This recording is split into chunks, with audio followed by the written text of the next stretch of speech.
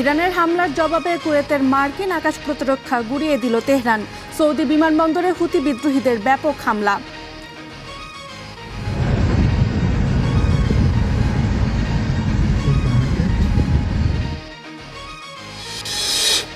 ইসরায়েলের গোয়েন্দা সংস্থা মোসাদের সঙ্গে যোগাযোগ ও গৃহবন্দী থাকার তথ্য নাকচ করলেন ইরানের সাবেক প্রেসিডেন্ট মাহমুদ আহমাদিনেজাদ।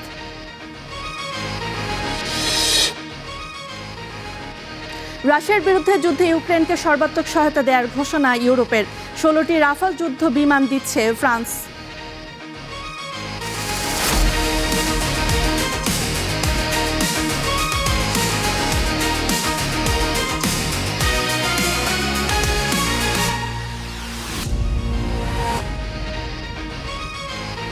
স্বাগত স্টার ওয়ার্ল্ডে, আপনাদের সাথে আছি আমি রোকসানা রিমি।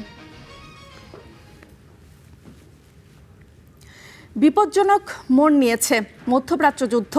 রাতভর ইরান জুড়ে শতাধিক বিমান হামলা চালিয়েছে যুক্তরাষ্ট্র। জবাবে কুয়েতের মার্কিন ঘাঁটিতে পেট্রোল ক্ষেপণাস্ত্র ব্যবস্থা গুড়িয়ে দিয়েছে তেহরান। ইরানের বন্দর ও উপকূলীয় এলাকায় আবারও নৌ অবরোধ আরোপ করেছে যুক্তরাষ্ট্র। হরমুজ দখলে নেয়ার ঘোষণা দিয়েছে ট্রাম্প। এদিকে হরমুজের আরব আমিরাতের দুটি তেল ট্যাঙ্কারে হামলায় মারা গিয়েছে এক ভারতীয় নাগরিক। এ ঘটনায় দিল্লিতে নিযুক্ত ইরানের উপরাষ্ট্রদূতকে তলব করেছে মোদি সরকার। রাতভর হামলা চলে ইরানের ভূখণ্ডে। হামলার মূল লক্ষ্য ছিল দক্ষিণ উপকূলীয় অঞ্চল। আবু মুসা, কেশম, কিশদ্বীপেও ঘটে বিস্ফোরণ। পাশাপাশি দক্ষিণাঞ্চলের গুরুত্বপূর্ণ বাণিজ্যিক ও জ্বালানি কেন্দ্র বন্দর আব্বাসেও একাধিক বিস্ফোরণের খবর পাওয়া গেছে। শুধু উপকূলীয় অঞ্চল নয়, কোনারাক, চাবাহার, বুশেহের ও খুজেস্তান এবং জ্বালানি অবকাঠামোর জন্য গুরুত্বপূর্ণ অমিদিয়ে, জাম ও কানগানেও হামলার খবর পাওয়া গেছে। এসব হামলার পাশাপাশি ইরানের নৌবন্দরগুলো আবারও অবরোধ আরোপ করেছে ওয়াশিংটন। মধ্যরাত থেকেই এই অবরোধ কার্যকর হবে। এসব হামলার জবাবে বাহরাইনে যুক্তরাষ্ট্রের পঞ্চম নৌবহর লক্ষ্য করে ক্ষেপণাস্ত্র ও ড্রোন হামলা চালায় ইরান। এতে ঘাঁটির জ্বালানি সংরক্ষণাগার, প্যাট্রিয়ট রাডার, নৌবহরের এয়ার কন্ট্রোল রাডার ব্যবস্থা ধ্বংস হয়েছে। জাতিসংঘে মার্কিন উপরাষ্ট্রদূত ট্যামি ব্রুস হুঁশিয়ারি দিয়ে বলেছেন, হরমুজে ইরানের যে কোনো হামলার কঠোর জবাব দেবে যুক্তরাষ্ট্র। হরমুজ প্রণালীতে ইরান কোনো জাহাজে গুলি চালালে যুক্তরাষ্ট্র তাৎক্ষণিকভাবে শক্তি প্রয়োগ করে জবাব দেবে। যুক্তরাষ্ট্রের সামরিক অভিযান এসব হুমকির জবাব এবং আত্মরক্ষা ও মিত্রদের নিরাপত্তা নিশ্চিত করার অংশ। ইরানকে স্পষ্টভাবে জানিয়ে দিতে হবে যে তাদের এসব কর্মকাণ্ড আন্তর্জাতিক আইনের পরিপন্থী এবং কোনোভাবেই গ্রহণযোগ্য নয়। এদিকে হরমুজে অনড় ইরান। তাদের নির্দেশনা অমান্যকারী জাহাজগুলোতে ক্রুজ মিসাইল ব্যবহার করে হামলা চালাচ্ছে তেহরান। হামলায় ক্ষতিগ্রস্ত হয়েছে সংযুক্ত আরব আমিরাতের দুটি তেলবাহী ট্যাঙ্কার। হতাহতদের মধ্যে আছেন ভারতীয় নাবিক। ইরানের প্রধান সামরিক কমান্ড খাতাম আল আম্বিয়া জানিয়েছে, হরমুজে যুক্তরাষ্ট্রের কোনো হস্তক্ষেপ মেনে নেবে না তেহরান। কোনো পরিস্থিতিতেই হরমুজ প্রণালীতে যুক্তরাষ্ট্রের হস্তক্ষেপ আমরা মেনে নেব না। এর জবাব দিতে ইরানের সশস্ত্র বাহিনী প্রস্তুত রয়েছে। আমরা হরমুজে আমাদের সার্বভৌমত্ব ও নিয়ন্ত্রণ বজায় রাখব। নিরাপত্তা পরিস্থিতির অবনতির আশঙ্কায় আবুধাবি ও দুবাইয়ে অবস্থিত মার্কিন মিশনের সব কার্যক্রম স্থগিত করা হয়েছে। পাল্টাপাল্টি হামলা, অবরোধ ও হুমকিতে মধ্যপ্রাচ্যে বড় ধরনের সংঘাতের সংখ্যা তৈরি হয়েছে। Ishtiaq Hossain, star news. বেশ আয়োজন করেই যুদ্ধবিরতি ঘোষণা করেছিল ইরান যুক্তরাষ্ট্র, কিন্তু এক মাসেরও কম সময়ের মধ্যে আবারও যুদ্ধে জড়ালো দুই পক্ষ। প্রশ্ন উঠছে, যুক্তরাষ্ট্র ইরানের সমঝোতা কি শুরু থেকেই ব্যর্থ ছিল, নাকি চুক্তির ভেতরেই লুকিয়ে ছিল এই সংঘাতের বীজ? বিশ্লেষকদের মতে সমস্যার মূল কারণ যুদ্ধবিরতি শর্তের অস্পষ্টতা ও দৃষ্টিভঙ্গির পার্থক্য। হরমুজ প্রণালীর নিয়ন্ত্রণ নিয়ে ফের উত্তপ্ত যুক্তরাষ্ট্র ইরান। পাল্টাপাল্টি হামলায় উত্তেজনা ছড়িয়ে পড়েছে পুরো উপসাগরীয় অঞ্চলেই। আশঙ্কা ফের পুরো দস্তুর যুদ্ধে জড়াবে দুপক্ষ। তবে জুনে সমঝোতা স্মারক সইয়ের এক মাসেরও কম সময়ে কেন ফের যুদ্ধ? বিশ্লেষকরা বলছেন, ওই চুক্তি ছিল অস্পষ্ট। আলোচিত সমঝোতা স্মারকের দুটি তাৎক্ষণিক লক্ষ্য ছিল সংঘাত থামানো এবং হরমুজ প্রণালীতে আবারও স্বাভাবিক নৌ চলাচল নিশ্চিত করা। তবে পরমাণু কর্মসূচি সহ অনেক গুরুত্বপূর্ণ ইস্যু ভবিষ্যৎ আলোচনার জন্য রেখে দেওয়া হয়। অনেকেই বলছেন, চুক্তিটি এতটাই অস্পষ্ট ছিল যে দুই পক্ষের কাছে এর ভিন্ন ভিন্ন ব্যাখ্যা দাঁড়াবে তা নিশ্চিতই ছিল। বিরোধের কেন্দ্রবিন্দুতে হরমুজ প্রণালী। ইরান বলছে সমঝোতা অনুযায়ী প্রণালী পরিচালনায় তাদের নিয়ন্ত্রণ বহাল থাকবে। অন্যদিকে যুক্তরাষ্ট্রের দাবি, চুক্তিতে স্পষ্ট বলা আছে আন্তর্জাতিক জাহাজ চলাচলে কোনো বাধা দেওয়া যাবে না। ইরান মনে করছে তারা প্রণালীতে নিয়ন্ত্রণ বজায় রাখতে পারবে, কিন্তু যুক্তরাষ্ট্রের ব্যাখ্যা হলো সেখানে অবশ্যই অবাধ নৌ চলাচল নিশ্চিত করতে হবে। অর্থাৎ একই চুক্তিকে দুই দেশ দুইভাবে ব্যাখ্যা করছে এবং এটি হওয়ারই ছিল। বিশ্লেষকদের মতে হরমুজ ইস্যু শুধু দৃশ্যমান সংকট, এর পেছনে রয়েছে আরও গভীর মতবিরোধ। মধ্যপ্রাচ্যের শক্তিধর রাষ্ট্র হিসেবে ইরানের উত্থান, দেশটির পরমাণু কর্মসূচি, ব্যালিস্টিক ক্ষেপণাস্ত্র, ড্রোন সক্ষমতা এবং মধ্যপ্রাচ্যের সশস্ত্র গোষ্ঠীগুলোর প্রতি তেহরানের সমর্থনের মতো বিষয়গুলো, এবং এসব নিয়েই দুই দেশের সম্পর্কের টানাপোড়েন। অথচ এসব প্রশ্নের কোনো সমাধান না করেই যুদ্ধবিরতির ঘোষণা দেওয়া হয়েছিল। হরমুজ প্রণালী নিয়ে বিরোধ নয়, পরমাণু, মিসাইল, ড্রোন কর্মসূচি এবং আঞ্চলিক নিরাপত্তা নিয়ে দুই পক্ষের মৌলিক মতবিরোধই মূল সংকট। এসবের সমাধান না হওয়ায় চুক্তিটি ছিল খুবই ভঙ্গুর। তখনই আন্দাজ করা গেছে এই যুদ্ধবিরতি টিকবে না। ইতোমধ্যেই সেই অমীমাংসিত বিরোধ থেকে ফের রণক্ষেত্রে দুই পক্ষ। এমন পরিস্থিতিতে বিশ্লেষকরা বলছেন রাজনৈতিক ও নিরাপত্তাগত বিরোধগুলোর সমাধান না হলে যুদ্ধবিরতি বারবার ভাঙবে আর মধ্যপ্রাচ্য আবারও একই সংঘাতের চক্রে ফিরে যাবে। ইফফাতিরা, স্টার নিউজ। ইয়েমেনের রাজধানী সানার আন্তর্জাতিক বিমানবন্দরে হামলার প্রতিশোধ হিসেবে এবার সৌদি আরবের আবহা বিমানবন্দরে হামলা চালালো হুতি বিদ্রোহীরা। সেই সাথে সৌদির আকাশসীমা ব্যবহার না করতে আন্তর্জাতিক বিমান সংস্থাগুলোকে সতর্ক করেছে গোষ্ঠীটি। এর আগে সোমবার ইয়েমেনের সানা বিমানবন্দরে একটি ইরানি বিমান লক্ষ্য করে হামলা চালায় সৌদি আরব। তাদের দাবি, বিমানটিতে ইরানের সেনা কর্মকর্তারা ছিল। সোমবার হঠাৎ করেই ক্ষেপণাস্ত্র ও ড্রোন হামলা সৌদি আরবের আবা বিমানবন্দরে। এ সময় দিকবিদিক ছুটতে থাকে সাধারণ মানুষ। ইয়েমেনের সশস্ত্র গোষ্ঠী হুতির দাবি, সানার বিমানবন্দরে সৌদি হামলার জবাবে তারা এই হামলা চালিয়েছে। সানা বিমানবন্দরে সৌদি অবরোধ প্রত্যাহার না হওয়া পর্যন্ত পাল্টা অবরোধের ঘোষণা দিয়েছে হুতি। সৌদি আরবের হামলার জবাবে আমরা আভা আন্তর্জাতিক বিমানবন্দর লক্ষ্য করে ক্ষেপণাস্ত্র ও ড্রোন হামলা চালিয়েছি। আমাদের লক্ষ্য অর্জিত হয়েছে। সানা বিমানবন্দরের উপর অবরোধ প্রত্যাহার না হওয়া পর্যন্ত সৌদির আকাশসীমা ব্যবহার না করতে সব বিমান সংস্থাকে সতর্ক করছি।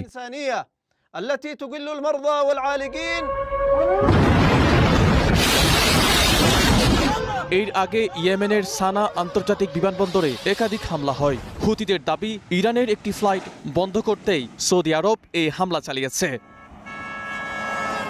হুতিদের অভিযোগের বিষয়ে এখন পর্যন্ত কোনো প্রতিক্রিয়া জানায়নি সৌদি আরব। তবে ইয়েমেনের আন্তর্জাতিকভাবে স্বীকৃত সরকার জানিয়েছে ইরানের একটি বিমান সানায় অবতরণ বন্ধ করতেই সানার বিমানবন্দরের রানওয়েতে হামলা চালানো হয়। এদিকে জাতিসংঘ নিরাপত্তা পরিষদের বৈঠকে ইরানের বিরুদ্ধে হুতিদের সামরিক সহায়তার অভিযোগ করেছে যুক্তরাষ্ট্র। তেহরান থেকে সানায় যাওয়া ফ্লাইটে আইআরজিসির সদস্য, ড্রোন ও ক্ষেপণাস্ত্র পাঠানো হয়েছে বলে অভিযোগ যুক্তরাষ্ট্রের। On July 3rd, an Iranian flight from Tehran arrived in Sana'a in the Houthi-controlled territory. Iran যদি জাহাজে হামলা চালায় তাহলে যুক্তরাষ্ট্রও তার জবাব দেবে। আমাদের সামরিক পদক্ষেপ আত্মরক্ষা ও অংশীদারদের সুরক্ষার জন্য। আমরা আমাদের উপসাগরীয় অঞ্চলের মিত্রদের পাশে আছি। ইরান সমর্থিত হুতি হুমকির মোকাবেলায় ইয়েমেনের বৈধ সরকারের প্রতি আমাদের সমর্থন অব্যাহত থাকবে। This kind of support enables the Houthis to terrorize the Yemeni people. তবে ফ্লাইটটি মানবিক সহায়তার অংশ ছিল উল্লেখ করে সব পক্ষকে আলোচনার মাধ্যমে সংকট সমাধানের আহ্বান জানিয়েছে রাশিয়া। মাজিদ শাহরিয়ার, স্টার নিউজ। ইসরায়েলের গোয়েন্দা সংস্থা মোসাদের সঙ্গে যোগাযোগ ও গৃহবন্দী থাকার খবর নাকচ করেছেন ইরানের সাবেক president Mahmoud Ahmadinejad. New York টাইমসের প্রকাশিত প্রতিবেদনকে মিথ্যা ও মন গড়া দাবি করে তার কার্যালয় বলছে, জনমত বিভ্রান্ত করা ও ইরানের অভ্যন্তরে বিভেদ তৈরির উদ্দেশ্যেই এমন খবর প্রকাশ করা হয়েছে। মঙ্গলবার এক বিবৃতিতে ইরানের সাবেক প্রেসিডেন্টের কার্যালয় জানায়, আহমাদিনেজাদ গৃহবন্দী নন। এ সংক্রান্ত সব দাবি মিথ্যা। বিবৃতিতে বলা হয়, ইরানের ভেতরে বিভাজন সৃষ্টি ও জনমত প্রভাবিত করতেই এমন মন গড়া প্রতিবেদন প্রকাশ করা হয়েছে। সোমবার প্রকাশিত নিউ ইয়র্ক টাইমসের প্রতিবেদনে দাবি করা হয়, সাম্প্রতিক বছরগুলোতে মোসাদ গোপনে আহমাদিনেজাদকে ইসরায়েলের সঙ্গে সহযোগিতার প্রস্তাব দেয়। বিনিময়ে তাকে ইরানের ক্ষমতায় বসানোর আশ্বাস দেওয়া হয়। প্রতিবেদনে অনুযায়ী আহমাদিনেজাদ বিদেশ সফরের সময় গোপনে দেখা করা, ভ্রমণ ও আবাসনের ব্যয় বহন, এছাড়া যুক্তরাষ্ট্র ইসরায়েলের সংঘাতের শুরুর দিকে তাকে তেহরান থেকে সরিয়ে নেয়ার পরিকল্পনাও ছিল।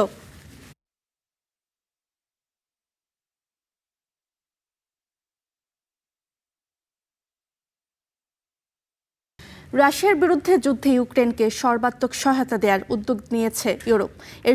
এর অংশ হিসেবে কিয়েভের 16টি রাফাল যুদ্ধবিমান দিচ্ছে ফ্রান্স। পাশাপাশি মিসাইল ও ক্রুজ মিসাইলের মতো অস্ত্র উৎপাদনের অনুমোদন পাচ্ছে ইউক্রেন। ইউক্রেনের পাশে দাঁড়াতে নতুন ক্ষেপণাস্ত্র প্রতিরক্ষা জোটের ঘোষণা দিয়েছে ইউরোপ। 90 বিলিয়ন ইউরো সহায়তা দেওয়ার ঘোষণা দিয়েছে যুক্তরাজ্য। ফ্রান্সের এলিসি প্রাসাদ, ব্রিটিশ প্রধানমন্ত্রী Keir Starmer, German chancellor Friedrich Marsh, ইউক্রেনের প্রেসিডেন্ট ভলোদিমির জেলেন্সকি সহ 25 দেশের নেতারা জড়ো হয়েছেন ফরাসি প্রেসিডেন্ট ইমানুয়েল ম্যাক্রনের সরকারি বাসভবনে। উপলক্ষ ইউক্রেনের সামরিক সক্ষমতা আরও শক্তিশালী করা। নিজেদের অত্যাধুনিক অস্ত্র ইউক্রেনে উৎপাদনের অনুমোদন দেওয়া হচ্ছে বলে ঘোষণা দিয়েছে ফ্রান্স। ফলে ইউক্রেন এখন ফ্রান্সের A2SM প্রিসিশন বোমা, অ্যাস্টার 30 মিসাইল এবং স্ক্যাল্প ক্রুজ মিসাইল নিজেদের মাটিতেই তৈরি করতে পারবে। পাশাপাশি ইউক্রেনের কাছে নতুন প্রজন্মের SAMP-T আকাশ প্রতিরক্ষা ব্যবস্থা এবং 16টি রাফাল যুদ্ধবিমানও বিক্রির সিদ্ধান্ত নিয়েছে ফ্রান্স। আমরা ইউক্রেনকে 16টি রাফাল যুদ্ধবিমান, নতুন প্রজন্মের SAMP-T ব্যবস্থা দিচ্ছি। খুব শিগগিরই সেগুলো তারা হাতে পাবে। এছাড়া কিছু অস্ত্র ইউক্রেনেই উৎপাদনের অনুমোদন দিচ্ছি। যুদ্ধবিরতি কার্যকর হলে ইউক্রেনের নিরাপত্তা নিশ্চিতে কী পদক্ষেপ নেওয়া হবে সেই পরিকল্পনাও জানিয়েছে ইউরোপ। যুদ্ধবিরতির পর দ্রুত মোতায়েনের জন্য 25টিরও বেশি দেশের সমন্বয়ে বহুজাতিক বাহিনীর পরিকল্পনা চূড়ান্ত করা হয়েছে। যুদ্ধবিরতি কার্যকরের কয়েকদিনের মধ্যেই 25টিরও বেশি দেশের একটি বহুজাতিক বাহিনী ইউক্রেনে মোতায়েন করা হবে। সেই সাথে যুক্তরাজ্য 90 বিলিয়ন ইউরোর ইউক্রেন সহায়তা তহবিলে যোগ দিচ্ছে। কোয়ালিশন অফ উইলিংনেসের বৈঠকে ফ্রেইজা নামের নতুন এক আকাশ প্রতিরক্ষা ব্যবস্থার প্রস্তাব দিয়েছেন ভলোদিমির জেলেন্সকি। তার দাবি, ইউক্রেনের নিজস্ব প্রযুক্তির সাথে ইউরোপের শিল্প ও অর্থায়নে কম খরচে মাত্র 1 বছরের মধ্যে নতুন প্রজন্মের এই অ্যান্টি ব্যালিস্টিক প্রতিরক্ষা ব্যবস্থা তৈরি সম্ভব। এদিকে 90 বিলিয়ন ইউরোর ইউক্রেন সাপোর্ট লোনে যুক্ত হওয়ার ঘোষণা দিয়েছে যুক্তরাজ্য। ইউক্রেনকে সাথে নিয়ে আনুষ্ঠানিকভাবে অ্যান্টি ব্যালিস্টিক মিসাইল কোয়ালিশন গঠন করছে 9 ইউরোপীয় দেশ: ফ্রান্স, যুক্তরাজ্য, Germany, Italy, Netherlands, Denmark, Norway, Spain ও সুইডেন। ইফাতিরা, স্টার নিউজ। যুক্তরাষ্ট্রের মেইন অঙ্গরাজ্যে কলম্বিয়ান অভিবাসী হত্যার ঘটনা এবার এক চাঞ্চল্যকর মোড় নিয়েছে। স্থানীয় দুটি ব্যবসা প্রতিষ্ঠানের সিসিটিভি ফুটেজে দেখা গিয়েছে আইস এজেন্টদের নির্মমতার দৃশ্য। সিসিটিভি ফুটেজ ফাঁসের পর ট্রাম্প প্রশাসনের নির্মম অভিবাসন নীতির বিরুদ্ধে ক্ষোভে উত্তাল হয়ে উঠেছে বিডিফোর্ড। এই হত্যার উদ্বেগ জানিয়েছে জাতিসংঘ। এভাবেই আইস এজেন্টদের গুলিতে নির্মমভাবে প্রাণ হারান যুক্তরাষ্ট্রের বৈধ কলম্বিয়ান অভিবাসী। স্থানীয় দুটি ব্যবসা প্রতিষ্ঠানের সিসিটিভি ফুটেজে ধরা পড়ে আইস এজেন্টদের নির্মমতার এ দৃশ্য। ফুটেজে দেখা গেছে আইস এজেন্টদের একটি দল ওই যুবকের গাড়িটি চারপাশ থেকে ঘিরে ফেলে। এক পর্যায়ে পুলিশের গাড়ি দিয়েই সেটিকে সজোরে ধাক্কা মারা হয়। সেই সাথে চলে গুলি। এরপর গাড়ি থেকে তার নিথর দেহ টেনে হিঁচড়ে বের করে আইস এজেন্টরা। সোমবার সকালে যুক্তরাষ্ট্রের মেইন অঙ্গরাজ্যের বিডিফোর্ড শহরে এ ঘটনা ঘটে। আইস এজেন্টদের দাবি, নিহত কলম্বিয়ান যুবক অবৈধভাবে যুক্তরাষ্ট্রে বসবাস করছিল। তবে নথিপত্র বলছে 26 বছর বয়সী নিহত ওই যুবক বৈধভাবেই যুক্তরাষ্ট্রে ছিলেন, ছিল বৈধ ওয়ার্ক পারমিটও। ঘটনার প্রতিবাদে ফুঁসে উঠেছে বিডিফোর্ডের সাধারণ মানুষ। হাতে মোমবাতি আর ব্যানার নিয়ে প্রতিবাদে জড়ো হন শত শত বিক্ষুব্ধ নাগরিক। It happened in Houston last week. আমাদের সবাইকে আইস এজেন্টদের বিরুদ্ধে সোচ্চার হতে হবে। এখন আর নীরব থাকা যাবে না। আমরা এমন একটি আইন বহির্ভূত প্রশাসন ও আইনের তোয়াক্কা না করা একজন প্রেসিডেন্টের নিয়ন্ত্রণে দেশকে চলতে দিতে পারি না। Not do oversight. বিক্ষোভ মিছিলটি রিপাবলিকান সিনেটর সুসান কলিন্সের কার্যালয়ের দিকে অগ্রসর হয়। সিনেটরের কার্যালয়ের ভেতরে ঢুকে আইস আউট স্লোগান দেয় বিক্ষোভকারীরা। পরিস্থিতি নিয়ন্ত্রণে ঘটনাস্থলে পৌঁছায় এফবিআই ও পুলিশ। মেইনের ঘটনাটির মাত্র 6 দিন আগেই টেক্সাসের হিউস্টনে লরেঞ্জো নামে এক মেক্সিকান অভিবাসীও আইস এজেন্টের গুলিতে নিহত হন। তবে আইসের দাবি আত্মরক্ষার্থে গুলি চালানো হয়। যুক্তরাষ্ট্রের অভিবাসন বিরোধী এমন অভিযান ও হত্যার ঘটনায় উদ্বেগ জানিয়েছে জাতিসংঘ। এসব ঘটনা সত্যিই অত্যন্ত মর্মান্তিক ও গভীরভাবে উদ্বেগজনক। মহাসচিবের অবস্থান খুবই স্পষ্ট। প্রত্যেক অভিবাসী ও আশ্রয়প্রার্থীর মর্যাদাপূর্ণ আচরণ পাবার অধিকার রয়েছে। অভিবাসী হত্যা ও নির্যাতনের ঘটনা প্রতিনিয়ত ঘটছে। মানবাধিকার সংস্থাগুলো বলছে, ট্রাম্প প্রশাসনের কঠোর অভিবাসন বিরোধী অভিযান শুরুর পর এ পর্যন্ত অন্তত 7 জন আইস এজেন্টের গুলিতে মারা গেছে। কাজী শাহরিন, স্টার নিউজ। টাইফুন ভাবির প্রভাবে ভারী বৃষ্টিতে চীনের উত্তরাঞ্চল হেবি ও লিয়াওনিং প্রদেশে ভয়াবহ বন্যা দেখা দিয়েছে। প্লাবিত রাস্তাঘাট, ঘরবাড়ি, বন্যার পানিতে বহু গাড়ি ভেসে গিয়েছে। হেবেই কুয়ানচেন এলাকায় পানির উচ্চতা 2 মিটারেরও বেশি বেড়েছে। সেখানে প্রায় 1800 মানুষকে নিরাপদ স্থানে সরিয়ে নেয়ার কাজ চলছে। এছাড়া দুর্গত লিয়াওনিংয়ের শেনিয়াং শহরে বহু ট্রেন চলাচল বন্ধ রাখা হয়েছে। উত্তর পূর্বাঞ্চলের বিভিন্ন এলাকায় স্কুল বন্ধ ঘোষণা করা হয়েছে। চীনের আবহাওয়া বিভাগ আরও ভারী বৃষ্টি ও কিছু এলাকায় টর্নেডোর শঙ্কা জানিয়েছে। কর্তৃপক্ষ বলছে, সারা দেশে 46টি নদীর পানি সতর্কসীমার উপরে রয়েছে। কর্তৃপক্ষ জনগণকে সতর্ক থাকার নির্দেশ দিয়েছে।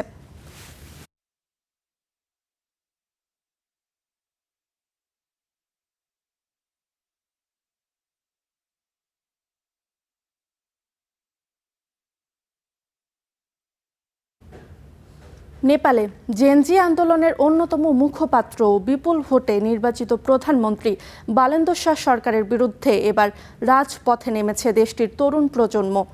সম্প্রতি কাঠমান্ডুর রাস্তায় গণেশ নেপালি নামের এক রাইড শেয়ারিং চালকের মোটরসাইকেলের চাকা লক করে দেয় পুলিশ। এর প্রতিবাদে নিজের শরীরে আগুন লাগিয়ে দেয় ওই চালক। পরবর্তীতে হাসপাতালে নিলে চিকিৎসক তাকে মৃত ঘোষণা করে। এই মর্মান্তিক ঘটনার পর সরকারের জবাবদিহিতা ও দরিদ্রদের উপর নির্যাতন বন্ধের দাবিতে শুরু হয় বিক্ষোভ।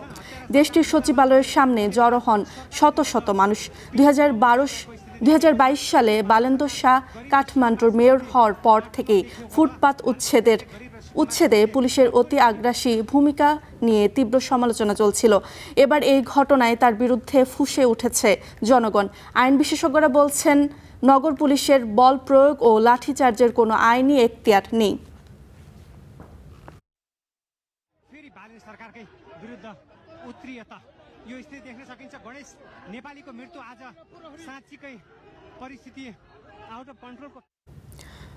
কলকাতার নিউ টাউনে একটি গেস্ট হাউসে অভিযান চালিয়ে কোটি টাকা উদ্ধার করেছে পুলিশ। দীর্ঘ 12 ঘন্টার তল্লাশি শেষে সেখান থেকে নগদ 2,27,85,000 টাকা উদ্ধার করা হয়েছে। বিপুল এই অর্থ গুনতে নিয়ে আসা হয় 6টি মেশিন। গণনা শেষে 3 ট্রলি ভর্তি করে টাকাগুলো বাজেয়াপ্ত করে পুলিশ। এই ঘটনায় এক নারীসহ 3 জনকে গ্রেপ্তার করা হয়েছে। এর মধ্যে কয়েকজন ভিন রাজ্যের বাসিন্দা বলে জানা গিয়েছে। পুলিশের অনুমান, এই বিপুল অর্থের পেছনে হালুয়া চক্রের গেস্ট হাউসটি মালিকদের নাম প্রসন্ন কুমার রায়। তবে ব্যক্তিদের পরিচয় পাওয়া গেলেও তার সন্ধান এখনও পাওয়া যায়নি। এছাড়া ঘটনাস্থল থেকে একটি গাড়ি ও স্কুটি বাজেয়াপ্ত করেছে পুলিশ। তবে গাড়ি ও স্কুটির মালিক সম্পর্কেও কোনো তথ্য পাওয়া যায়নি।